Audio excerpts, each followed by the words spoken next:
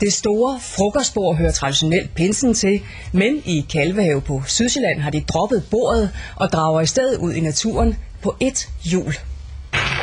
Meget øl er I med, Raket? Meget øl er I med? Det handler om frokost og kolde pilsner, men også om en sælsom pinsetradition i Kalvehave. Vi skal jo ligesom have startet, som vi plejer.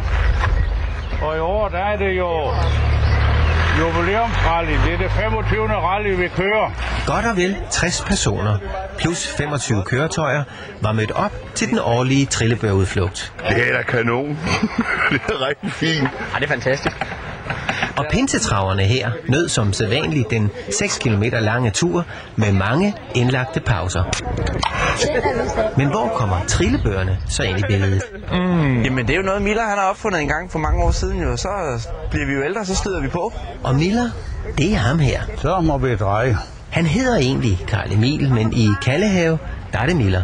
Miller, det her det er for tidligt. Vi havde jo nogle venner, og så skulle vi jo i skoven til pinse, og så skulle vi have det med, og så skulle vi have det med, og det kunne vi jo ikke bære. Så blev vi enige om, så tager vi der hver en trillebør, og så er det startet på den måde. Hvordan er det gået hen og blevet en tradition her i Kalvehave? Jamen, så folk lagde mærke til os og spurgte, om de måtte være med. Og det måtte de jo altså gerne, og det har de så gjort i 25 år. Og der var 23 sidste år. Ja, men de er i bedre stand end sidste år. Kan du huske den der var en, der blev kasseret.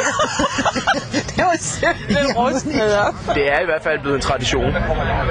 Fordi folk, de snakker meget om det igennem året, at nu skal vi snart på trillebørstur, og vi skal være sammen. Er vi ikke ved at skære afsted? Jo, skål Lene. Vi kan ikke stå her og slå rødder. Vi har to pitstop endnu, mindst. To?